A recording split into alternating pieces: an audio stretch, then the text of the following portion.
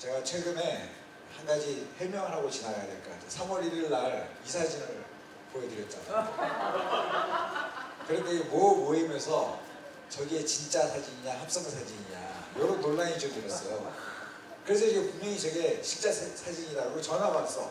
그러더니 자매들은 이해했는데 형제들이 말이 안 된다. 군인이 무슨 저렇게 수염을 기를 수가 있냐. 그래서 또 제가 설명하기를 내가 공수부대 나왔고 그 다음에 천리문이라고 합니다. 공수부대는.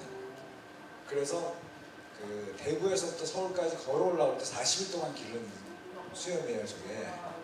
그러더니 또 형제들은 안 믿기를 무슨 행군 중에 저렇게 사진이 잘 나올 수 있냐.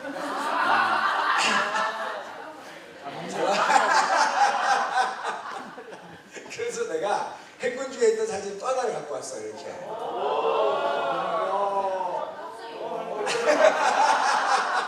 이건 진짜같이 보이죠, 그렇죠? 제가 다리가 이렇게 길었고 여전히 합성이네. 네, 아무튼 우리끼리니까 이제 얘기하면 제가 이제 그때 소위였거든요. 근데 이제 마지막 오늘 밤에 걸어 들어가면 마지막 이제 부대로 들어가는데 별 하나 우리가 그때 최고 대판 여단장이 그래서 저쪽에서부터 쫙 내자 훈시하고 내려와가지고 이제 쫙 수하잖아요. 그럼 이제 대위 누구누구 네 대위 공세봉 네 뭐 중인분 어쩌고 근데 내 앞에 딱 왔어. 근데 지지군 듯이 쫙 왔어. 근데 내 앞에 딱 네 수영 걱정은 그랬더니 수영이 멋있구나. 그리고 또 지나가는 거야. 저기부터 여기까지 했는 유일한 말 한마디가 수영이 멋있구나. 그 수영입니다. 이 수영입니다. 그래가지고 딱 들어갔는데 그때 공수부대 상사 중사는 이런 걸 많이 해봤잖아요. 난 처음이었고. 그랬더니 이거는 사진을 찍어놔야 된다는 거예요. 그래서 내가 돈 주고 저거 사진관 가서 찍은 거거든요. 그렇죠? 그러니까 제가 되게 많이 돈이 들어간 사진이라는 걸 이해만 하시고 네, 이게 진짜 사진이다 이렇게 이해하시면 됩니다. 그러니까 아무도 내가 공수부대 나왔다고 아직도 안 믿고 있지만 네, 이렇게 증거 사진 하나로 하겠습니다. 네, 일단 시작하고 보겠습니다. 제가 이스라엘에 대한 이야기를 하려고 했습니다. 사실 이제 은평 모임에 가서 그 은평 모임 지체적으로 이제 또 들어있는데 지난번에 얘기를 하다가 이게 너무 좋다. 그래서 이 공세봉 수녀님의 메시지 시간을 좀 줄여서까지 오늘 시간을 하려받아요. 그런데 20분만 하라고 해가지고 20분만 하도록 그렇게 할까 했는데 밤새도록 하는 걸로. 그죠? 선교는 와서 잠자러 온 게 아니죠? 그렇죠. 아까 뭐 6시간 했더니 그대로 뭐 새벽이 됐더라 이러니까 네, 되는 대로 이렇게 가도록 이렇게 하겠습니다. 제가 이스라엘을 다녀왔는데 제가 이걸 정리를 해서 나누다 보니까 이게 정말 양재 보이면서 한번 했거든요. 근데 우리가 성경을 아는 사람들로서 특히 이제 우리가 사역자잖아요. 근데 무슨 사역자냐면 말씀 사역자거든요. 그 말씀에 대해서 우리가 잘 알아야 된다. 근데 그 말씀을 알기 위해서 이스라엘이라고 하는 게 굉장히 중요하다는 거죠. 그러니까 이스라엘이 왜 중요하냐가 사실 이제 두 가지인데 하나 우리가 성지 순례라고 표현하잖아요. 그럴 때 성지라는 단어가 영어로 보면 두 가지일 수 있을 것 같아요. 하나는 홀리랜드, 정말 성스러운 땅이기 때문에 가봐야 하는가? 아니면 성지, 성경에 나오는 지명이기 때문에 가봐야 하는가? 1번, 2번 어떤 게 답일까요? 둘 다다. 네, 둘 다다도 맞을 수 있지만 사실은 카톨릭은 1번의 개념입니다. 그렇죠? 굉장히 그 땅에 가서 홀리하다는 개념이 되게 있어요. 그래서 카톨릭 신자들이 오면 예수님이 예를 들어서 여기서 못 박혀서 돌아가셔서 십자가를 내린 곳이다 그러면 반드시 만져보고 여기다 뽀뽀하고 난리가 나요. 여기가. 왜냐면 여기가 홀리랜드이기 때문에 그래요. 근데 개신교 교인들은 그 건에 대해서 자유하죠. 그렇죠? 사실 여기가 홀리랜드잖아. 하나님이 계신 곳이 홀리랜드죠. 그렇죠? 그리스도가 오심으로 그런 것에 대한 개념이 다 깨져버렸거든요. 그래서 사실은 두 번째 개념이 난 더 중요하다고 봐요. 성경에 나오는 땅이기 때문에 우리가 그 땅을 가봐야 되고 성경을 이해해야 되기 때문에 이스라엘 알아야 된다. 이런 개념이죠. 그래서 제가 갔다 와서 몇 가지 정리를 좀 해봤습니다. 진리의 말씀을 옳게 분별하기 위해서 우리가 성경을 잘 알아야 되겠다. 자, 이스라엘은 기본적으로 되게 길쭉하게 되어 있습니다. 이렇게. 그렇죠? 그래서 맨 위에 있는 저 높은 산의 이름은 네, 헐몬산. 네, 복습. 네, 들으셨던 분은 복습, 못 들으신 분은 새롭게 정리하는 거예요.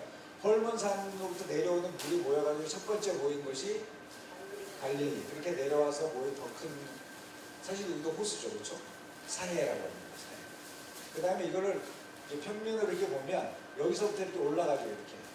그렇게 올라가서 가장 높은 곳이 예루살렘이에요. 그래서 항상 예루살렘에 올라간다는 표현이에요. 성경에 보면 항상 100% 예루살렘에 올라간다고 되어 있어요. 올라간다는 이유가 가장 높은 곳이기 때문에 실제적으로 그렇게 했다 급격하게 내려가서 사해인데 사해는요 마이너스 400이에요. 해수면보다도 마이너스 400m 아래에 있는 곳이 그 사해거든요. 그래서 전 세계에서 가장 낮은 지면이 사해다 이렇게 합니다. 여리고는 마이너스 200입니다. 해수면보다도 200m 아래에 있는 게 여리고요. 그래서 다시 그거에 올라와가지고 다시 또 높은 산이 되어지게 돼서 느보산 하면 떠오르는 것은 누가 떠오르십니까? 모세가 죽은 것이죠. 그래서 모세가 저곳에서 이 가나안 땅을 바라보고 있다가 죽은 곳, 그것이 이제 느보산입니다. 그래서 실제로 비가 이쪽이 지중해거든요. 지중해에서 비바람이 이렇게 올라오다가 구름이 어디서 여기가 머무냐, 여기 이렇게 산 쪽이 높으니까 이게 머물잖아요. 그래서 여기서 비가 왕창 내리는 거예요. 그래서 이 땅이 엄청나게 비옥한 땅이에요. 젖과 꿀이 흐르는 땅이다라고 하는데 이 땅이 되게 비옥한 땅이에요. 이 아래쪽에 이제 네게부 뭐 이렇게 해가지고 되게 이제 사막이고 이렇게 되는데 우리가 생각할 때 항상 이스라엘을 이 사막이라는 개념이 훨씬 더 많아요. 그죠? 광야라는 개념. 근데 사실 하나님이 뭐라고 말했냐면 젖과 꿀이 흐르는 땅으로 내가 너를 인도하겠다 그랬으니까 사실 이스라엘은 굉장히 비옥한 땅이다 이렇게 생각하십니다. 제가 이제 이번에 갔다 오고 나서 신혼여행을 이리로 가면 좋겠다 이렇게 디자인을 했습니다. 신혼여행. 우리 자녀들의 신혼여행, 본인들의 신혼여행을 디자인하실 때 이스라엘로 가면 좋을 것 같아요. 왜냐하면 첫 번째 이스라엘은 우리가 꼭 가봐야 될 땅인데 가려면 시간도 많이 필요하고 돈도 많이 필요하잖아요. 근데 신혼여행은 그 두 가지가 다 허용되는 기간이잖아요. 그러니까 신혼여행 지나고 나면 다시 한번 가려면 언제 가느냐? 권사님 때 가십니다. 권사님 때. 근데 그렇게 나이가 많이 들어서 가보면 별로 저는 영향가가 없는 때라는 생각이 들어요. 젊을수록 좋다. 그럴 거면 가장 좋은 게 젊었을 때 갔으면 좋겠고요. 특별히 여기가 이제 테라비브 이쪽이잖아요. 그럼 비행기가 딱 떨어지면 이쪽으로 떨어지거든요. 그럼 지중해에서 좀 쉬는 거예요. 바닷가니까. 근데 좀 이틀 쉬면요. 사실 할 일이 없어 바닷가에 가면. 그럼 이제 몸이 좀 근질근질해지잖아요. 그럼 예루살렘 쪽으로 와가지고 쫙 이제 또 이렇게 성지순례 해. 그럼 좀 피곤해지잖아요. 그럼 마지막에 어디로 가요? 사해를 가요. 사해가 어마어마한 관광지고요. 전 세계 유일한 관광지 중에 하나니까 거기서 쉬었다가 돌아오면 이쪽 코스가 딱 이렇게 됩니다. 네, 그래서 제가 홍성도 사장님께서 이제 디자인 하셔가지고 BBB 성지순례 팀이 이제 꾸려져서 한번 떠나면 좋겠죠. 네, 컨퍼런스 데이를 예루살렘에서 멋지죠. 네. 자 그렇게 해서 정리하면 좋을 것 같고요. 그래서 젖과 꿀이 땅일 때 정탐꾼들이 가가지고 포도를 어깨에 메고 왔다 이렇게 돼 있잖아요. 근데 상상 속에 야 어떻게 포도를 저렇게 메고 오냐 이렇게 얘기해줘. 그러면 포도 송이가 얼마나 크냐라고 할 때 저는 생각하기로 포도 알이 있다만 줄 알았어요. 이렇게. 근데 실제로 포도 송이가 이렇습니다. 놀랍죠? 그러니까 성경은 절대 거짓말하지 않는 거예요. 어깨에다 메고 왔다 그러면 이런 거니까 포도 송이가 이 땅을 다 주렁주렁 연결돼가지고 여기를 잘랐다고 쳐봐. 이걸 어떻게 들고 오겠어? 그러니까 당연히 어깨에다 메고 와야 되겠죠. 그렇죠? 그게 젖과 꿀이 흐르는 땅이 맞다는 거예요. 여기가 헐몬산입니다. 헐몬산에서 제가 스키를 탔다는 게 아닙니까? 스키를. 네. 이스라엘 간 사람 중에서 스키 타본 사람 진짜 1%도 안 될 거예요. 왜냐하면 권사님들하고 가기 때문에 권사님들 스키 안 타시잖아요. 그럼 빨리 지나가야 돼. 근데 우리는 젊은 부목사들하고 갔거든요. 제가 너무 감사한 게 저기 버킷리스트에 있을 거 아니에요. 야, 내가 언젠가 한번 성지순례 갔으면 좋겠다. 근데 하나님의 은혜로 시내가 푸른나물 교회에 제가 사역자로 가 있잖아요. 가 있다 보니까 목사님이 이렇게 선포하는 거예요. 자기가 이스라엘 갔다 왔더니 너무 좋더라. 그래서 젊은 목사들이 빨리 갔다 오는 게 좋겠다 해가지고 교육자들을 내가 이스라엘 여행시켜주겠다 이렇게 된 거예요. 그래서 제가 거기 꼈다는 거 아닙니까? 그래가지고 제가 이 기회가 돼서 갔다 왔던 그런 곳인데 젊은 부목사들이 가니까 저 눈을 보고 이렇게 눈이 뒤집힌 거야. 근데 영어가 참 문제스러운 게 통역을 잘못해가지고 스키가 되게 싸다고 이해가 된 거야.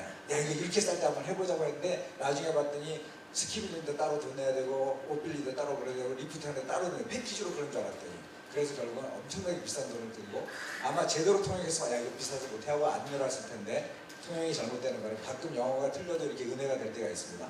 그래서 평생 잊을 수 없는 스키를 탔다는 거고요. 예수님이 사역하셨던 가버나움이고 또 세례받으셨던 요단강이고요. 그 다음에 지난번 메시지 할 때 했었죠. 에레메스. 그래서 이제 팔복이 있었던 그 산이 저렇게 높은 산이 아니라 사실 이렇게 등산이 같은 그런 곳입니다. 그러니까 그곳에서 예수님이 홀로 기도하셨던 그런 한적한 곳, 그런 곳이 에레메스가 아니었을까 하는 거고요. 자 이제 요빠 여기서부터 이제 퀴즈가 들어갑니다. 퀴즈가 들어가면 뭐가 있어요? 상품. 아 근데 이게 벌써 제가 여기 노출된 분들이 꽤 있긴 있군요. 네. 자 요빠 하면 떠오르는 사건 대표적인 사건 구약과 신약을 말하시오. 이게 신학교 입학 시험입니다. 요빠 하면 떠오르는 사건. 베드로가 환상을 본 구약. 네 신약 맞췄습니다. 구약. 구약은 요나가 같이 가려고. 오, 야, 광화문 모임, 네 수준 높습니다. 와, 두 가지 사건입니다. 그렇죠? 요나가 니느웨를 가서 말씀을 전해라 그랬더니 자기는 민족주의자였잖아요. 그래서 이 원수 나라에 가가지고 회개를 외치고 싶지 않았대요. 왜냐하면 잘못 들었다가 얘네들이 회개하면 어떻게 해요? 그래가지고 반대로 다시스로 도망갔던 항구가 어디냐면 요빠죠. 그렇죠? 그때 마침이라는 표현이 나와요.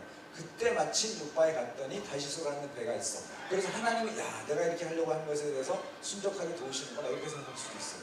그렇게 이방 선교에 대한 하나님 관심이 있었는데 요빠의 요나는 민족주의자였고 나는 이 복음이 확산되는 게 싫어라고 했던 그 장소에서 예수님은 신약 시대에 고넬료와 베드로가 만나게 되는 장소가 요빠죠. 그러면서 이방인에게도 복음이 선포되어지는 장소.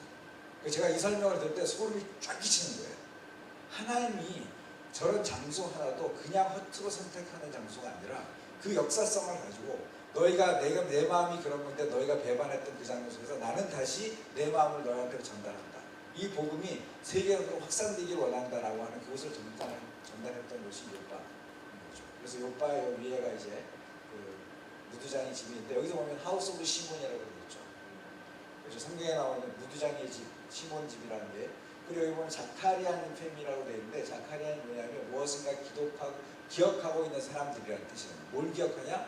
이곳에서 성경이 터닝 포인트가 이루어져서 복음이 전 세계로 확산되어졌던 장소다라고 하는 게 저희가 가면 써 있습니다. 그러니까 그 역사적인 현장에 가서 본다는 것만으로도 되게 감격스러웠던 시간이고요. 이게 이제 갈릴리였습니다. 제가 이 무리를 걸어보려고 그랬는데 몸이 아직 몸무게를 좀 못 빼가지고 빼면 가능하던데. 다시는 꼭 베드로 물고기 꼭 드셔보시도록. 네. 우리 교회 부목사님 너무 맛있어서 저희 6마리나 먹었다는 거 아닙니까? 정말 맛있습니다. 자 이번에 저희가 간 팀 중에 드론을 가져왔습니다. 드론. 그래서 이거는 전 세계 어디에도 없는 이스라엘 영상 중에 하나라고 생각하시고 보시면 될 것 같습니다. 그래서 갈릴리에 대한 얘기를 좀 해보면 갈릴리는 호수인가요? 바다인가요? 두 가지다. 네, 실제로 근데 우리 개념으로 보면 호수예요? 바다예요? 호수죠. 그런데 왜 디베라 바다라는 표현을 쓰죠? 그죠? 왜 바다라는 단어를 쓴다고 은평 모이면 대답하셔야 됩니다. 이제 복습 들어갑니다. 왜 바다라는 말을 쓴다 그랬죠? 네, 그래서 강사는 계속 해먹어도 괜찮은 거예요. 그렇죠? 한 번 했다 그래서 이게 다 알고 있구나 이런 게 아니라 계속 해야지 되죠. 왜 그렇죠? 파도 풍랑. 야 이거 비비비 우리끼리 있으니까 비비비 순장님들은 이거 수준을 알 수 있습니다. 이거 맞추셔야 돼요. 최소한 이거 맞추셔야 됩니다. 지금처럼 파도 풍랑은 굉장히 로우 레벨의 대답. 이거 다 틀렸습니다.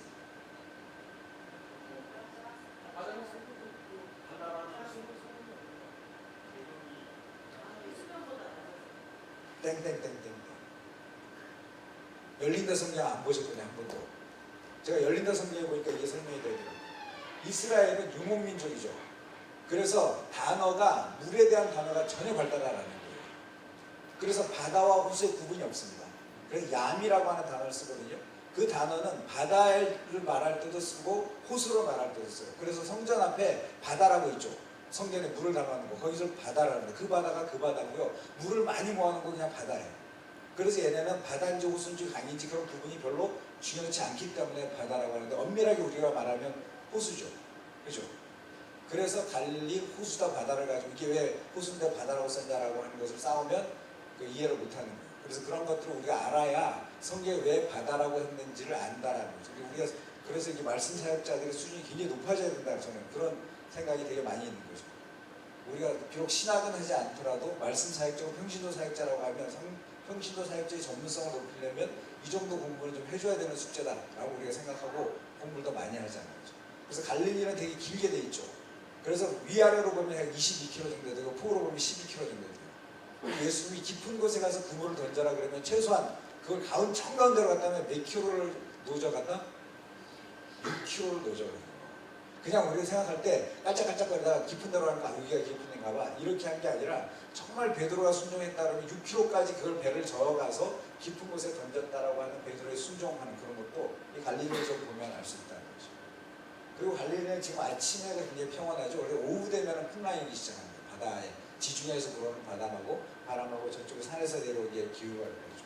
근데 저희도 오후에 탈락을 했는데 마침 그 스키를 타는 바람에 그 다음부터 오전에 탔습니다. 근데 여기 보면은 이제 아까 그 조그만 배 나오잖아요.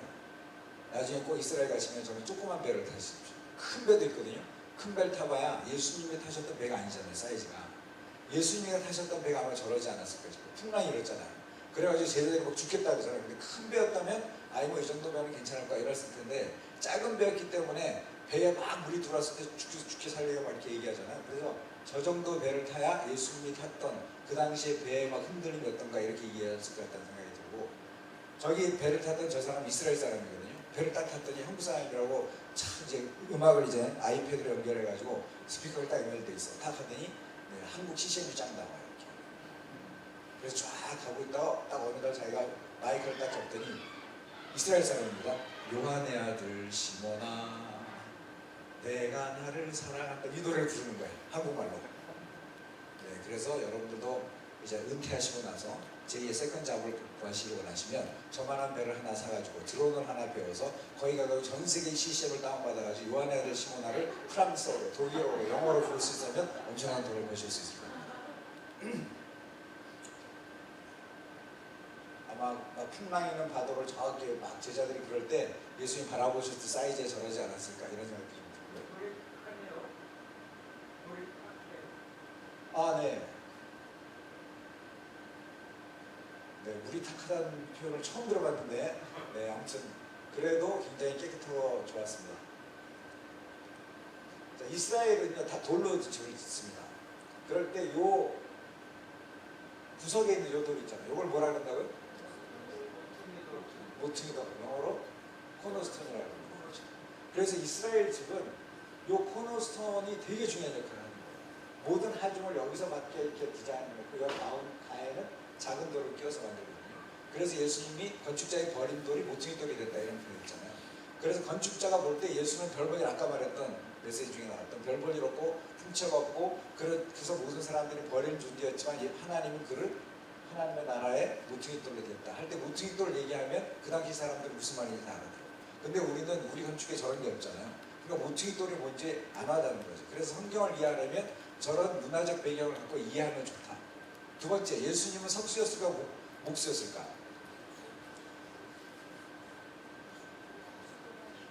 네, 목수가 아니었을 가능성이 있다는 거예요. 왜냐하면 그 당시 집은 다 저기 돌을 깎아서 했거든요. 물론 목수로도 했습니다. 근데 저기 가보면 1세기에 이스라엘의 마을에 이렇게 재현한 곳이거든요. 프랑스 사람들이 돈을 대가지고 거기 가보면 그 예수님이 직접 작업을 했을 곳이라고 되어 있는데 거기 보면 상당히 많은 부분 돌을 깨는 작업, 돌을 깨는 그런 것들이 많이 있는 거예요. 왜냐하면 집을 지려면 저렇게 했을 거 아니에요.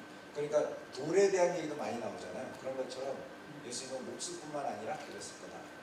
자, 아둘람굴에 보면은 사울을 피해서 다윗이 도망다니잖아요. 자, 굴이라 그러면 우리 가운데 이미지는 어때요?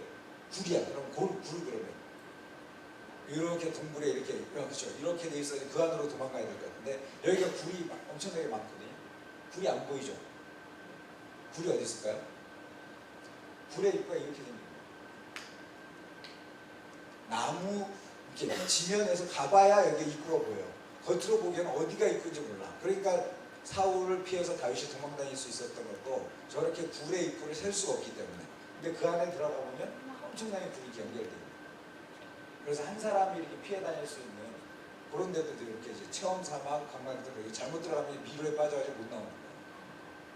근데 저렇게 막 가다 보면요, 저 안쪽에 엄청나게 갑자기 확 넓어서 한 100명 정도 들어가는 동굴도 나오고 이런다고 이제 설명을 하더라고요. 그런데 저런 데를 기어다니면 권사님이 가시면 안 되고 이제 우리가 집사일 때 젊을 때 가야 된다 이런 얘기죠. 체험을 해봐야 되니까.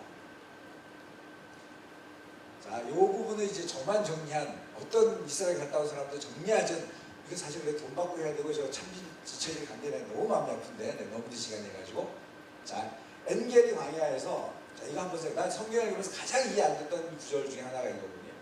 3,000명이 옆에 있어요. 그렇죠? 사울이 다윗을 잡으라고 3,000명을 공용했어. 자기 병사들 중에서 가장 날랜 사람들을. 자 그러면 그 3,000명은 어마어마한 사람들이었겠죠.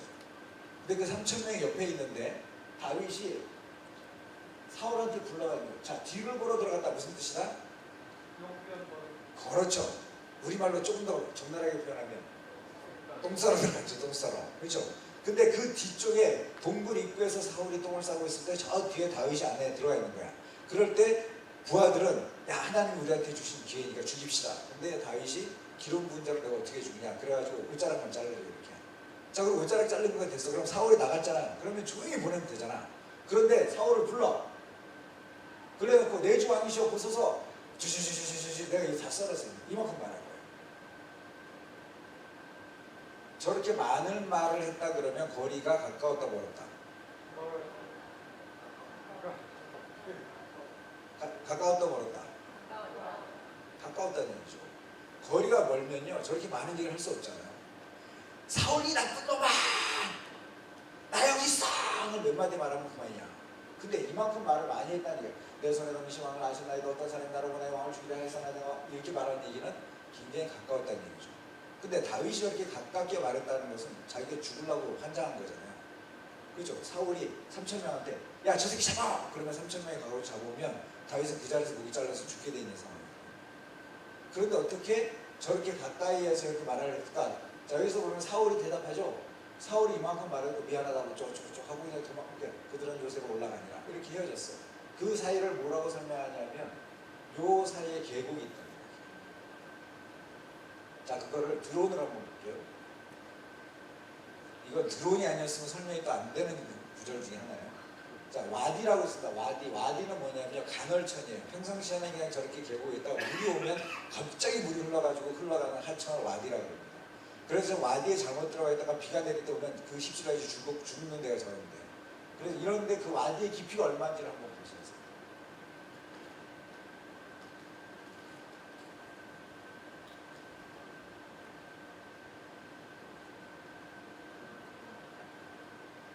사울과 다윗이 이렇게 가까이 있었다면 이제 말은 할 수 있겠죠.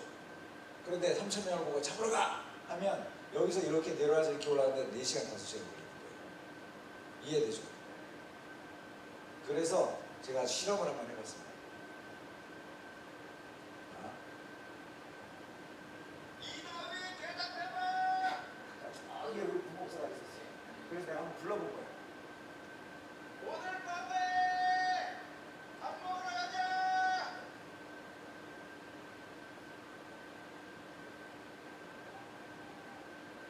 저 사람 들었어요? 대답이 오죠. 한국 상황에서는 이렇게 더운 데서 얘기하면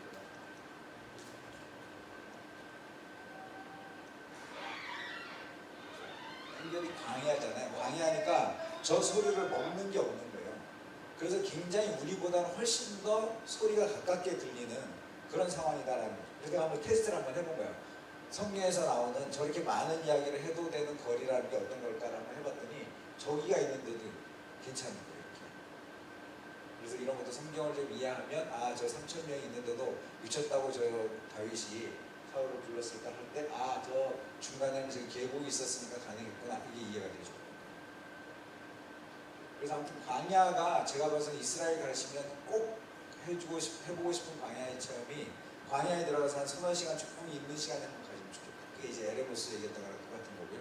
서울 시내에 있는 거랑 되게 다른 개념이니까 하나님만 바라볼 수밖에 없었던. 자, 광야 그러면 또 우리가 가지고 있는 개념은 사막 개념이 있어요. 그렇죠? 굉장히 광활한 곳에 이렇게 평천해가지고 사람들이 이렇게 쳐다보면 어디 있는지 다 보이는 것 같은. 그런데 실제로 유대 광야는 이렇게 볼록볼록 이렇게 돼 있어요. 지금 이렇게 올라오는 거 봤어요. 이렇게 한 사람 겨우 올라갈 만큼 이런 봉우리들이 다 이렇게 있어서 이 봉우리 사이에 여기 넘어서 이렇게 다윗이 숨어 있잖아요. 그럼 거기까지 가기 전까지는 절대 못 찾는 곳이에요. 그러니까 도망다녀도 괜찮은 곳이다. 자, 성경에 또 밭에 감춘 보화라는 표현이 나오잖아요. 왜 밭에다가 보화를 감췄을까? 이것도 우리가 성경을 보면서 의문을 가져야 되는 상황이거든요. 은평 씨도 기억나십니까? 왜 밭에다가 보화를 감췄는지. 한 번 더 들은 게 재앙으로 보이군요 지금. 그렇죠?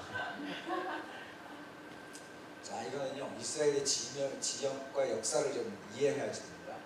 이스라엘은요 사이 땅이라고 표현되죠. 유모세 목사가 최근에 말한 드라마로 읽는 성경 거기도 보면 그 내용 중에 맨 첫 번째 챕터가 사이 땅이라고 합니다. 사이 땅. 그래서 이쪽으로 보면 여기가 아시아, 여기가 아프리카, 여기가 유럽, 그렇죠? 그 사이에 있는 하나님이 이 땅을 선택한 것도 굉장히 전략적으로 복음이 아시아로, 아프리카로, 유럽으로 확산돼가기 굉장히 중요한 땅이었다는 거예요. 근데 실제로 역사적으로 보면 이 땅은 굉장히 사이 땅이어가지고 강대국이었죠. 여기가 무슨 지역이죠? 애굽, 이집트가 있어요. 이쪽에는 바벨론, 비롯한 메소포타미아 그쪽이죠. 그래서 이 엄청난 세력 두 개의 팀 사이에 껴있는 거예요. 특별히 지금 요 셀루쿠스, 프톨레미, 카산더, 리시마커스는 누가 관련된 이름입니까? 요거 하나만 치면 제가 커피 한 잔 쏩니다. 클레오파트라, 땡. 알렉산더. 맞습니다. 되게 동시였지만, 네, 여기 선생님이 좀 더 빨라가지고, 네, 한번 들으셨기 때문에, 그죠? 기억나신 거죠? 생각 안 나요? 생각이 안 나네요, 맞췄나? 오케이, 알겠습니다. 커피 한 잔 쏘겠습니다. 자, 알렉산더가 몇 살에 죽었습니까? 알렉산더 대왕이? 네, 33살에 죽었습니다. 갑자기 죽었어요. 먼저 갔다가. 그런 바람에 후계자를 못 세웠어요. 아들도 없고. 그래서 그 4명의 그 부하 장군들의 이름입니다. 그래서 알렉산더 제국을 넷으로 나눴습니다. 근데 이스라엘과 관련된 지역은 셀루쿠스하고 프톨레미 쪽이죠. 그래서 맨 처음에 프톨레미에 소속해 있다가 셀루쿠스가 여기를 먹고 싶은 거예요. 그래서 침략해 온 거죠. 그래서 이 둘 사이에 150년간 전쟁이 일어납니다. 그래서 밀려올라갔다가 밀려내렸다, 밀려왔다가 밀려내렸다 계속 그럴 때마다 수탈당하는 게 어디냐면 이스라엘이죠. 그럼 이제 적군이 쳐들어왔어. 그럼 이 집에서 뭘 뺏어가야 될 거 아니야. 그러면 어딜 뒤져봅니까? 장롱 뒤져볼 거예요. 장롱. 그죠? 그러니까 맨날 들어왔다 나갔다 수탈당하니까 자기의 보화를 어디다 감추냐면 밭에다 감춰버려요. 그러면 나 없다고. 그러면 뭐 찾아도 없잖아. 이거 거지네 하고 그냥 가버리든지 그러니까. 근데 그 밭에다 감춘 보화를 감춰놓고 그 사람이 죽었든지 주인이. 그죠? 감춰놓고 어딘지 몰랐든지 그런 거죠. 그럴 때 아까 봤던 것처럼 그 밭에 감춘 보화를 이 밭의 주인은 이 안에 밭에 보화가 있다는 걸 알았어요? 몰랐어요? 몰랐다는 거죠. 몰랐으면 밭을 안 팔았을 거예요. 알았으면. 그렇죠? 그러니까 주인임에도 불구하고 자기 땅에 보화가 있는 줄 몰랐다는 거예요.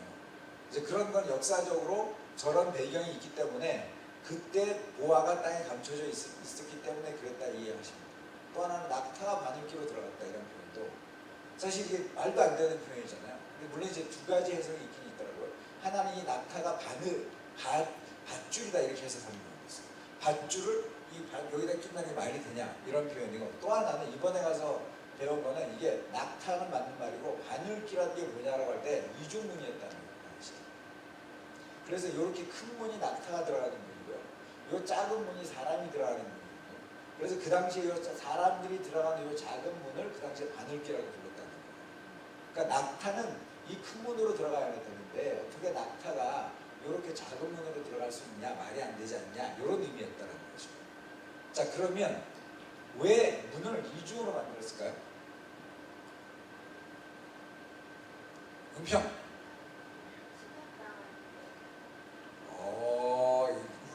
모범생 한 사람 있습니다. 모범생. 네, 들었는데 마치 한 번도 안 들은 것처럼 이렇게 표현하는 것인데, 이중문으로 되어 있다는 건요 똑같아요. 역사적으로 적들이 친다기보다 말 타고 들어올 수 있죠. 우리나라도 일본 애들이 말 타고 와가지고 지나가면서 칼로 이렇게 하잖아요. 그럼 굉장히 기동력이 있어가지고 엄청나게 많은 사람을 학살할 수 있습니다. 그래서 문을 이걸 열어놓으면 자기가 침략해오는 사람이 말 타고 들어와가지고 우리 죽일 수 있잖아요. 그래서 평상시는 큰 문을 닫아놓는 거예요. 그래서 작은 문으로 왔다 갔다 하니까 최소한 얘네들이 쳐들어와가지고 나를 들어오려면 네가 말에서 내려서 저 작은 문으로 들어와야만 나를 죽일 수 있다라고 하는 시간을 버는 거죠. 자기 안전을 위해서 두 가지 문을 만들었다. 자, 이게 무슨 나무라고요? 올리브나무입니다. 올리브나무. 올리브 감남산에 있는 나무인데요. 왜 여기 빵빵빵빵빵 써져 있을까요? 나무가 되게 독특하게 생겼죠. 우리나라 나무는 저렇게 구멍에 빵 뚫려 있는 나무가 없잖아요. 그건 뭐냐면 아까 우리 말씀에서 그 뿌리에서 가지가 난다는 표현 나왔잖아요. 감람나무는요 뿌리에서 가지가 나와요. 그래서 이 가지가 서로 나와가지고 기존에 있던 나무 가지랑 둘이 엉켜가지고 이렇게 이제 엮여집니다. 그럼 그 엉켜지는 과정에서 공간이 생겨요. 그 공간 때문에 구멍이 뻥뻥뻥 뚫리는 거거든요. 그래서 실제로 이게 겟세마네의 천년된 올리브 나무였는데 여기 새싹이 나왔잖아요. 이게 새싹이 나와가지고 나중에 이렇게 커가지고 여기 다시 또 이렇게 됩니다. 우리나라 나무는 저 위에 올라가서 새로운 가지는 저 위에서 나오잖아요. 밑에서 나오는 일이 없습니다. 근데 저 감람나무는 뿌리에서부터 새로운 가지가 새로 나와가지고 기존에 있던 가지들하고 엮어져가지고 이렇게. 그래서 실제로 겟세마네는 가보면 올리브 나무가 저렇게 많다는 거예요. 그래서 이제 프레스를 하는데 올리브는 기름이 둘둘 떨어져요. 가만 놔둬도. 그래서 새로운 열매를 따가지고 이렇게 소쿠리 같은 데다 받쳐놓으면 기름이 줄줄 떨어지거든요. 그때 얻어진 오일을 버진 오일이라고 해요. 그래서 올리브 사실 때 버진 오일을 사는 게 굉장히 좋겠죠. 그렇죠? 그랬는데 그럼에도 불구하고 계속 과즙이 남아있을 거 아니에요. 그걸 이제 프레스로 누르는 거예요. 2차 프레스로 이 돌로 눌러가지고 기름을 짜내는 거고요. 그 다음에 3차 프레스는 더 무거운 걸로 눌러가지고. 그래서 이것도 예수님이 겟세마네 하면 뭐가 떠올랐어요? 마지막 기도 뭐가 뭐로 변했어요? 땀이 피로. 그러니까 그것도 프레스죠. 그러니까 감람나무의 감람유를 짜던 그 장소에서 예수님이 기도를 하셨고 그때 그 모습은 감람유 기름을 짜는 그것처럼 우리를 위해서 예수님이 피를 다 쏟아내기까지 그렇게 하셨던 그 장소. 그러니까 하나님이 그런 장소와 그 내용들을 그냥 이렇게 엉뚱하게 하지 않고 연결해서 하신다. 이게 포도즙 틀이고요. 그래서 이 포도즙 틀에서 밀을 타작했던 사람의 이름은 기드온입니다. 기드온은 근데 밀을 타작하려면 저렇게 포도즙 틀 같이 저렇게 폐쇄된 공간에서 해야 되나요? 아니면 개활한 공간에서 해야 되나요? 개활한 공간에서 해야 돼요. 왜냐하면 밀은요 이렇게 날리면 이제 쭉정이로 날아가고 알곡만 남기 때문에. 근데 왜 포도즙 틀에서 했냐? 미디안 군대가 쳐들어와가지고 먹을 걸 맨날 뺏어가니까 포도즙 틀 같이 이렇게 안전한 여기 좁은 데서 이렇게 했다는 그런 거죠. 이게 이스라엘의 무덤입니다. 무덤은요 항상 이렇게 입구에 돌이 있고 이 뚜껑이 있습니다. 근데 저 가족묘예요 이거는. 그래서 사람이 죽잖아요. 그러면 저기 안에다가 시체를 넣고 1년 동안 가만 놔둡니다. 그러면 시체가 이제 썩잖아요. 그럼 1년 후에 가가지고 그 뼈만 수습해가지고 다시 거기 안에 보면 매장하는 장소가 되어 있어요. 그래서 실제로 이번에 제가 화장을 갔다 오면서 이스라엘 베트남에 대한 그 장례 문화에 대한 얘기를 들었는데 베트남에 이제 내일이나 어제 논을 가볼 일이 참 없겠네요. 논이 안 보니까. 논에 가고 오늘도 오는데 보니까 논 바닥 한가운데에 묘가 있습니다. 그건 뭐냐면 조상이 죽어서도 내 후손들에게 여행물을 주겠다는 뜻이에요. 여기서 이제 농사 짓고 살아야 되니까. 근데 거기도 마찬가지로 1년 정도 지나고 나서 다시 이제 뼈를 수습을 하는데 그때 그 뼈를 수습을 하는 걸 누가 하냐면 며느리가 했대요. 근데 1년 동안에 뼈가 다 안 썩어가지고 살이. 그래서 자기 손으로 그 살을 다 뜯어내야 돼요. 베트남의 며느리가 안 되신 것을 축하드리면서 아무튼 네. 아마 너무 늦어가지고 빨리 해야 될 것 같아요. 자, 이스라엘이 여기에 이제 비아돌로고 사거든요. 예수님이 십자가에 돌아가셨다고. 근데 성묘교회가 이제 예수님이 죽었다고 하는 것인데 실제로 보면 예수님이 영문 밖에서 죽으셨습니까? 영문 안에서 죽으셨습니까? 영문 밖이죠. 그래서 이 위치가 아닐 거라는 게 맞겠죠. 왜냐하면 성벽이 여기거든요. 그래서 새롭게 지금 나타난 데가 이 정원 무덤이지 않겠냐라는 이야기예요. 그래서 가든툼이라고 하는데요. 요 모양 있잖아요. 요 모양 보면 여기 뭐로 보이세요? 해골. 그렇죠. 해골. 골고다가 해골이잖아요. 그래서 해골 모양이 있던 여기에 십자가 있었을 거다라고 생각하는 거고 그때 내려와서 연결되어지는 여기가 큰 무덤이 있고 그 무덤에 큰 돌이 왔다 갔다 했던 거죠. 누가 돌을 옮기겠냐 이런 표현 나오잖아요. 그런 곳에 가서 예수님이 누우셨던 곳이 이걸 것이다 이런 겁니다. 그리고 엄청나게 큰 물을 저장한 걸 보면 그 당시에 이 정도의 물을 저장할 수 있는 집은 엄청난 부자였다는 거예요. 그래서 아리마대 요셉이 부자였잖아요. 그래서 아리마대 요셉이 있었던 그리고 이제 십자가 표시를 이렇게 돼 있어서 누군가 후대 여기가 예수님이 죽으셨던 그런 무덤이다. 이런 이스라엘의 중요한 것 중에 또 하나는 통곡의 벽이라고 하잖아요. 왜 통곡하냐라는 거예요. 통곡. 오늘 여기까지 아무튼 조금만 하고 정리할게요. 다음에 또 내일 또 저녁 때 시간이 있으면 많은 분들이 피곤해 하시기도 하고. 통곡의 벽은 왜 통곡의 벽이냐면 이스라엘이 성전이 무너진 거예요. 그래서 지금 1성전, 2성전. 1성전은 무슨 성전이죠? 누가 지은? 솔로몬 성전. 2성전은 수룹바벨. 그 다음에 3성전이라고 할 수 있는 게 사실 헤롯 성전인데 헤롯 성전을 인정하지 않습니다. 왜냐하면 이방인이었기 때문에. 그래서 이스라엘은 3성전이라고 표현해요. 제3성전을 건립하는 게 최대 지상 목표입니다. 근데 얘네들이 왜 통곡하냐? 성전이 무너진 게 통곡하는 거예요. 성전을 지금 못 짓고 있다는 게 너무 슬프다. 그래서 이스라엘 사람들의 전통 문장 깜장색입니다. 왜 깜장색이에요? 이게 지금 슬픔을 표현하는 거예요. 그래서 이 성전산에 저걸 하는 것까지 되어진 것, 성전산 얘기까지 하고 여기서 마치도록 하겠습니다. 네, 우리 끝나기 전에 오늘 생일 주인공이 있습니다. 우리 서영희 서리부가 선교사님이 오늘 생일입니다. 12시가 아직 안 됐죠? 그래서 아직 한참 남았네. 12시는. 우리가 잠깐 같이 그래도 이 하노이 땅을 또 정착해서 살아갈 분인데 앞으로 나오시고 남편이 지금 케이크를 불을 붙이고 있습니다. 야! Happy birthday to you. Happy birthday to you. Happy birthday to you. Happy birthday to you. 하나, 둘, 셋.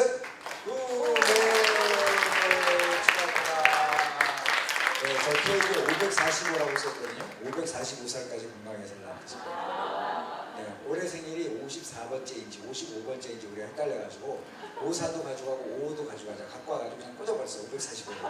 그래서 545살까지 건강하게 사실 겁니다. 아유 큰일 났네.